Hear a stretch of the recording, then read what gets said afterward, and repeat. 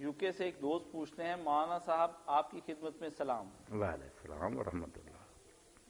میں ڈیلی آپ کے خطبات سنتا رہتا ہوں۔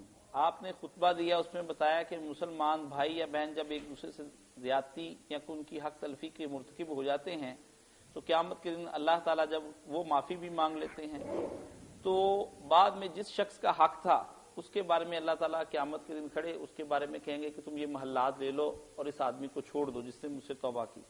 یہ بات تو درست ہے، سمجھ میں بھی آتی ہے، لیکن اگر وہی ظلم و زیادتی اس نے کسی غیر مسلم کے ساتھ کی ہے تو ایسی صورت میں اللہ تعالیٰ کیا معاملہ فرمائیں گے اس کے ساتھ؟